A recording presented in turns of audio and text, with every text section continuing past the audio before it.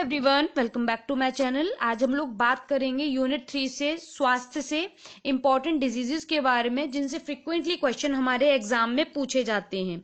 ये डिजीजेस ना ही जल से फैलती हैं और ना ही वायु से। ये जो वीडियो जो आपकी डिजीज हैं जो जल और वायु से फैलती हैं वो हम अपनी प्रीवियस वीडियोज में दोनों में बात कर चुके हैं, जिसकी मैंने part 1 and part 2 videos upload की थी। आज हम और अदर टॉपिक्स पर बात करेंगे, अदर डिजीजेस पर बात करेंगे जो कि हमारे एग्जाम में पूछी जाती हैं बट हमारे सिलेबस में नहीं है। तो अगर आप उन टॉपिक्स को देखेंगे तो आपको खुद से रियलाइज होगा कि हाँ, ये वाले क्वेश्चंस भी हमारे जो एग्जाम पेपर है उसमें पूछे जाते हैं, अगर आपने प्रीवियस ईयर पेपर्स को एनालाइज किया होगा तो चलिए देख लेते हैं अपने डिजीजेस के बारे में। सबसे पहले हम बात करेंगे टिटनेस के बारे में। टिटनेस जो है ये एक अन्य संक्रामक रोग है जो कि बहुत भयंकर और घातक रोग होता है। ये एक जीवाणु से होता है जिसका नाम है क्लोस्ट्रीडियम टिटेनी। ये टर्म आपको याद रखना है, ये बहुत इंपॉर्टेंट टर्म है जो कि आपसे क्वेश्चन पेपर में पूछा जा सकता है। ये मुख्य रूप से घोड़े की लीद से, गोबर से, जंग लगे हुए लोहे से या फिर खाद से, इन सारी ही चीजों में ये वाला जो जीवाणु है पाया जाता है जिनसे ये टिटनेस नामक रोग होता है।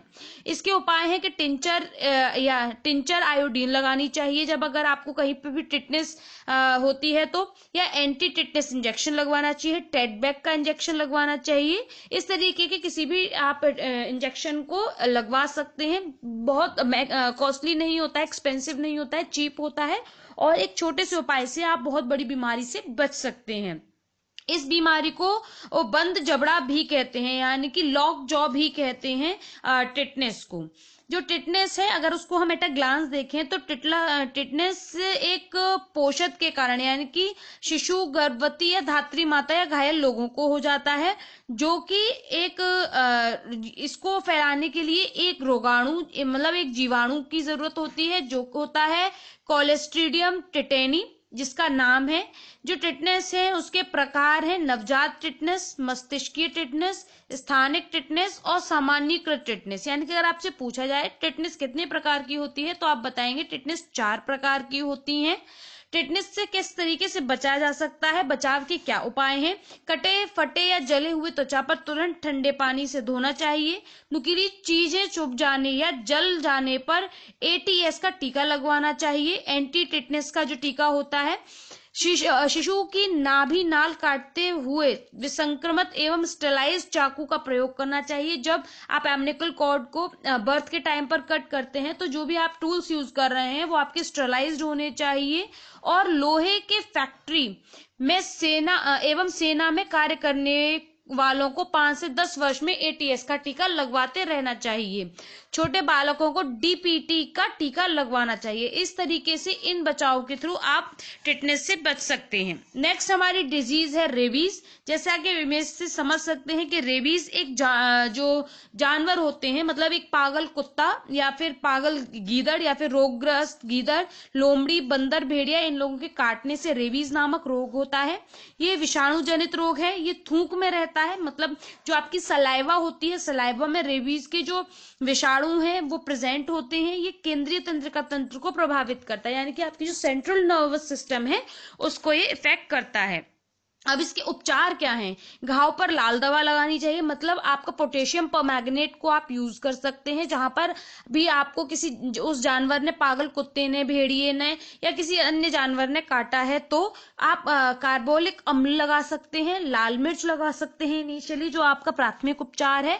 और पोटेशियम परमैंगनेट का चूर्ण, यानी कि जिसे हम लाल दवा भी कहते हैं हिंदी में, अपनी आम भाषा में, आप उसको लगा सकते हैं। और एंटी रेबीज का इंजेक्शन तो लगवाना ही चाहिए। पहले के टाइम पर ये 14 लगते थे, लेकिन अब इनकी जो नंबर है वो कम हो गए हैं। आप इनको लगवाएंगे तो इससे आपको इसके जो आगे के जो लक्षण है इनसे इतना घातक होता है कि इससे आपकी मृत्यु हो सकती है, तो आप इन सब चीजों से बच सकते हैं। नेक्स्ट हमारा तीसरा रोग आता है कुष्ठ रोग। कुष्ठ रोग यानी कि कुष्ठ रोग जो कि जिसका उन्मूलन 30 जनवरी को मनाया जाता है। आपको ये याद रखना है, इसीलिए मैं यहाँ सिर्फ कुष्ठ रोग लिख सकती थी, लेकिन क्योंकि इस तरीके के क्वेश्चन भी आपको आते हैं पेपर में, तो आपसे पूछा जा सकता है। तो कुष्ठ रोग उन्मूलन 30 जनवरी को सेलिब्रेट किया जाता है, तो आपको ये डेट भी याद रखनी है। कुष्ठ रोग जीवाणु के द्वारा होता है, माइक्रोबैक्टीरियम लेप्री कहते हैं जिसको। घाव में रोग के जीवाणु उपस्थित होते हैं, जिसमें आपकी स्किन पे से आपका कलर हटने लगता है, घाव हो जाते हैं। इस तरीके की कुछ सिचुएशंस कुष्ठ रोग में देखने को मिलती हैं। नेक्स्ट है हमारा प्लेग। प्लेग हमारी 4th डिजीज है। प्लेग जो है यूजुअली जैसा कि आप देख सकते हैं, या ये चूहों या फिर पिस्सू से फैलने वाला एक रोग है। जीवाणु ये जीवाणु से फैलता है, जो कि पास्चुरेला पेस्टिम है। पास्चुरेला पेस्टिम नाम से जाना जाता है ये जीवाणु। पिस्सू और चूहों के माध्यम से ये फैलता है। इसमें प्लेग में आपको फीवर 160 डिग्री फ़ारेनहाइट तक भी हो सकता है। तो आपको बेसिकली क्या याद रखना है, सभी के तो आपको जीवाणु याद रखने हैं, आपके कुछ स्पेसिफिक अगर आपके कोई लक्षण होते हैं तो वो याद रखने, और आप किससे ट्रांसमिट होता है ये याद रखना है। और जो रोग है उसका बेसिकली आपको उसका जीवाणु याद रखना और ट्रांसमिट के जो फॉर्म है वो याद रखने जरूरी है। नेक्स्ट हमारा आता है पोलियो, जैसा कि आप इमेज से देखकर पहचान सकते हैं। पोलियो के उन्मूलन के लिए भारत सरकार और WHO साथ में कार्यरत हैं। अगर आपसे पूछा जाता है कि अगर पोलियो उन्मूलन के लिए मतलब पोलियो के रेडिकेशन के लिए हमारे मतलब उसको खत्म करने के लिए कौन कौन वर्क करता है, तो आप बताएंगे कि इंडियन गवर्नमेंट और WHO मिलकर इसके लिए वर्क करते हैं। 5 वर्ष की आयु तक के बच्चों को पोलियो की दवा पिलाई जाती है। चिकित्सा शास्त्र की भाषा में इसको पोलियो माइलिटिस कहते हैं। नॉर्मल लैंग्वेज में इसे सिर्फ पोलियो कहते हैं, बट अगर आपसे पूछा जाए इसका साइंटिफिक प्रॉपर नाम क्या है तो पोलियो माइलिटिस कहते हैं इसको। बच्चों के पाचन तंत्र को ये प्रभावित करता है, अधिकांशतः प्रभाव इसका टांगों पर पड़ता है, और ये 3 प्रकार के इसमें वायरस होते हैं। नेक्स्ट हम बात कर रहे हैं अपने मलेरिया के बारे में, as you can see by this picture. Next है हमारा मलेरिया। तो मलेरिया का जो कारण है वो बेसिकली होता तो एक मादा मच्छर है जो कि एनाफ्लीज प्रजाति का होता है, लेकिन हर जो एनाफ्लीज मच्छर है वो अलग अलग जगह का अलग अलग नाम से जाना जाता है। ये चीज मुझे बहुत डिटेल में पहले नहीं पता थी, मैं इसको आपको आज शेयर कर रही हूँ। आप में से बहुत सारे शायद स्टूडेंट्स को पता हो, लेकिन अगर आपको पता है तो आप कमेंट सेक्शन में बताएंगे कि हाँ हमें ये सारी चीजें पता थी। मलेरिया का जो आपका मच्छर है वो अलग अलग जगह पर अलग अलग नाम से जाना जाता है, इस बारे में पता था तो आप यस टाइप करके मुझे कमेंट सेक्शन में बताएंगे। अगर आपको नहीं पता था तो आप नो करके मुझे कमेंट सेक्शन में बताएंगे, जिससे मुझे पता चले कि आपकी अभी बेसिक नॉलेज कितनी है और मुझे कितना ज्यादा इन डेप्थ में और समझाने की जरूरत है। तो हम बात कर लेते हैं मलेरिया को फैलने का कारण क्या है। मलेरिया जो है वो एक मादा मच्छर के कारण फैलता है जो कि एनाफ्लीज प्रजाति का होता है। अगर ये गांव में फैलता है तो ये क्यूलिसीफेसिस नाम का एनाफ्लीज मच्छर होता है। शहरों में ये एनाफ्लीज स्टीफेंसी होता है। अगर आप पहाड़ी क्षेत्रों की बात करते हैं तो एनाफ्लीज फ्लूविटेलिस नाम का ये मच्छर होता है। जनरली आपसे पूछा जाता है कि मलेरिया किस आपके कीट के काटने से फैलता है, तो आप बताते हैं कि एनाफ्लीज मादा मच्छर के काटने से फैलता है। बट क्योंकि टाइम चेंज हो रहा है और पेपर का पैटर्न भी चेंज हो रहा है, तो आपसे इन डेप्थ में क्वेश्चंस पूछे जा सकते हैं, तो हम उस चीज की भी प्रिपरेशन करके यहाँ चल रहे हैं। और उत्तर पूर्वी क्षेत्रों में अगर बात करें, जो मादा मच्छर का नाम है वो एनाफ्लीज मिनिमस, एनाफ्लीज निविपस, एनाफ्लीज फिलिपेनेसिस, इन नाम से इनमें से कोई भी या फिर ये तीनों ही आपको उत्तर पूर्वी क्षेत्र में इस नाम के मादा मच्छर मिलते हैं, जिनके काटने से मलेरिया नामक रोग होता है। अंडमान निकोबार में जो मादा मच्छर है उसको एनाफ्लीज सिंडिकस कहते हैं। मतलब एनाफ्लीज की जो सिंडिकस पर्टिकुलर जो प्रजाति है, इसके काटने से आपको मलेरिया नामक रोग हो सकता है। मलेरिया जो है वो एक ग्रीक वर्ड से बना है। ग्रीक वर्ड के 2 टर्म्स होते हैं, एक तो होता है मल, MAL मैल, और दूसरा है ARIA यानी कि एरिया। मल का मीन है दूषित या फिर अशुद्ध, और एरिया का मीन है हवा, यानी कि दूषित हवा से जो फैलता है, जो दूषित हवा के कारण फैलता है, वो हमारा मलेरिया होता है। सर्वाधिक मलेरिया का प्रकोप उष्ण और शीतोष्ण वातावरण में होता है। ये क्वेश्चन आपसे पूछा जा सकता है और ये इंपॉर्टेंट पॉइंट है कि मलेरिया सबसे ज्यादा प्रभावित कौन से एरिया में होता है, मतलब कहाँ पर ज्यादा डेवलप्ड होता है, कहाँ ज्यादा घातक होता है ये। तो ये उष्ण और समशीतोष्ण वातावरण जो होता है, और वहाँ ऐसे आपके टॉपिकल आपका जो एनवायरमेंट होता है, क्लाइमेट होता है, वहां पर ये ज्यादा प्रभावी होता है और आपको ज्यादा इफेक्ट पहुंचा सकता है। नेक्स्ट है हमारा एड्स। जैसा कि आप इमेज से देखकर पहचान सकते हैं, एड्स यानी कि ये समूचे ये जो बीमारी है ये पूरे ही आपके प्रतिरोधक तंत्र को प्रभावित करती है, यानी कि आपका जो इम्यून सिस्टम होता है उसको ये इफेक्ट करती है। एड्स का पूरा नाम आपको जरूर याद करना है, इसकी स्पेलिंग अच्छे से याद करनी है, क्योंकि बहुत माइनर सा डिफरेंस करके स्पेलिंग में आपको कंफ्यूज करने के लिए ये पूछा जाता है कि इसका सही एड्स का सही फुल फॉर्म क्या है। तो आपको स्पेलिंग प्रॉपर याद करनी है, इसलिए मैंने इंग्लिश में टर्म्स लिखे हैं ताकि आप इंग्लिश में ही याद करें। तो एड्स का पूरा नाम है acquired amino deficiency syndrome.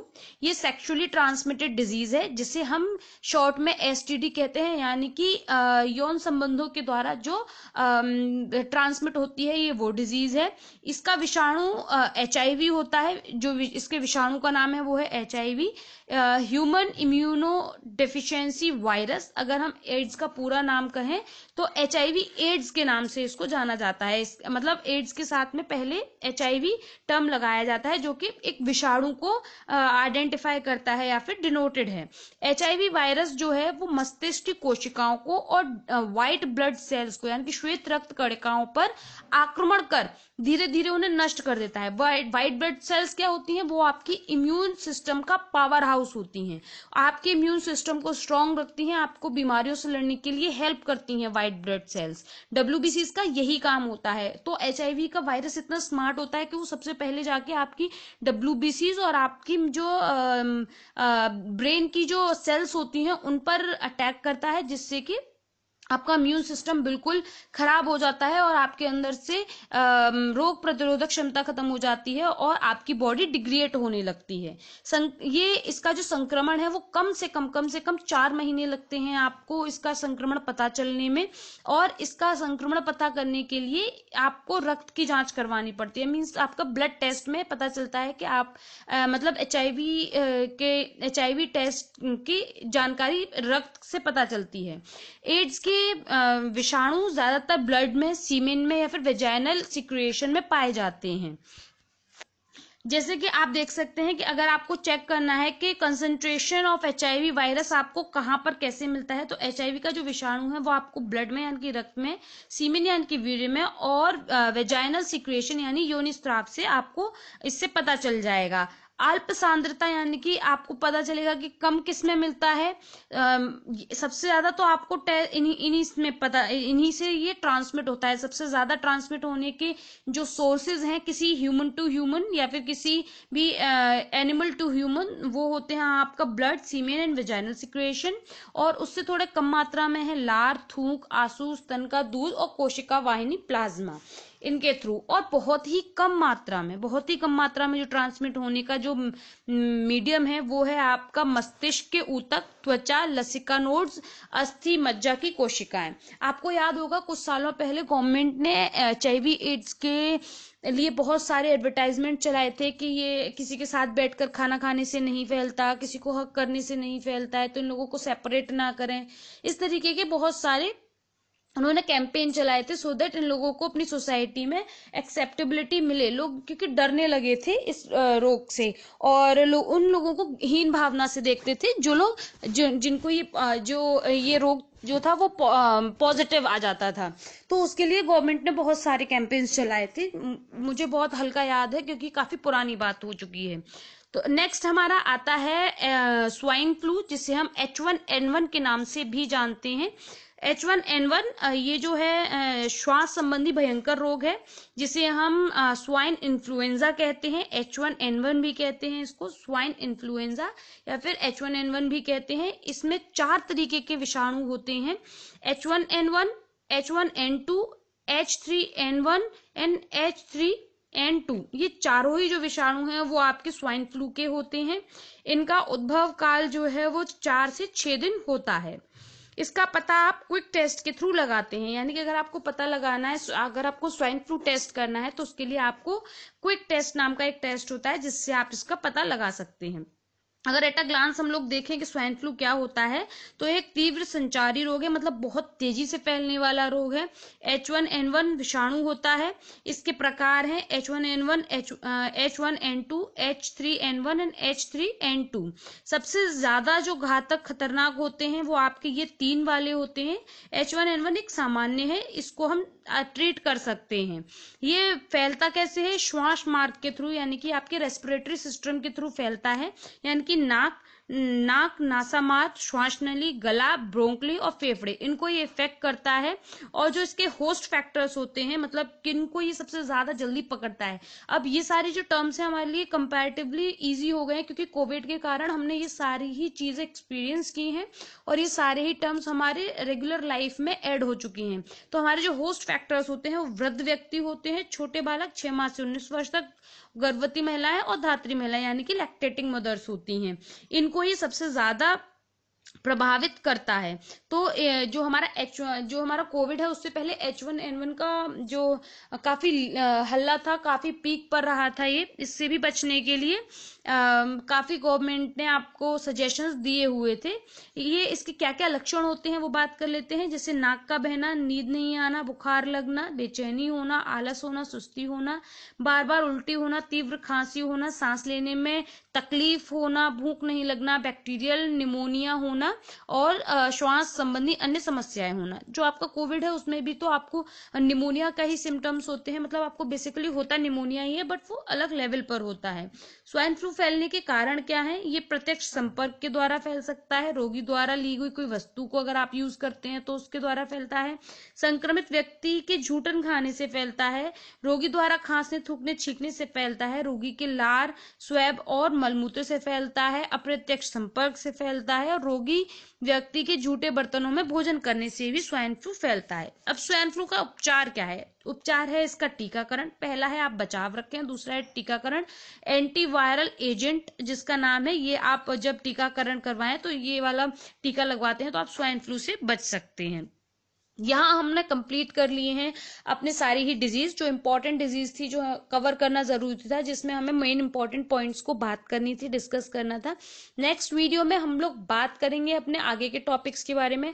I think इस वीक में हम लोग अपने जो यूनिट 3 है उसे कंप्लीट करेंगे और हम we will move to the unit 4। तो आई होप आपको ये वीडियो अच्छी लगी होगी। अच्छी लगी हो तो लाइक करें, कमेंट करें, शेयर करें। चैनल सब्सक्राइब नहीं किया है तो सब्सक्राइब करना ना भूलें, बेल आइकन को जरूर प्रेस करें सो दैट आपको लेटेस्ट वीडियो की नोटिफिकेशन सबसे पहले मिलती रहे।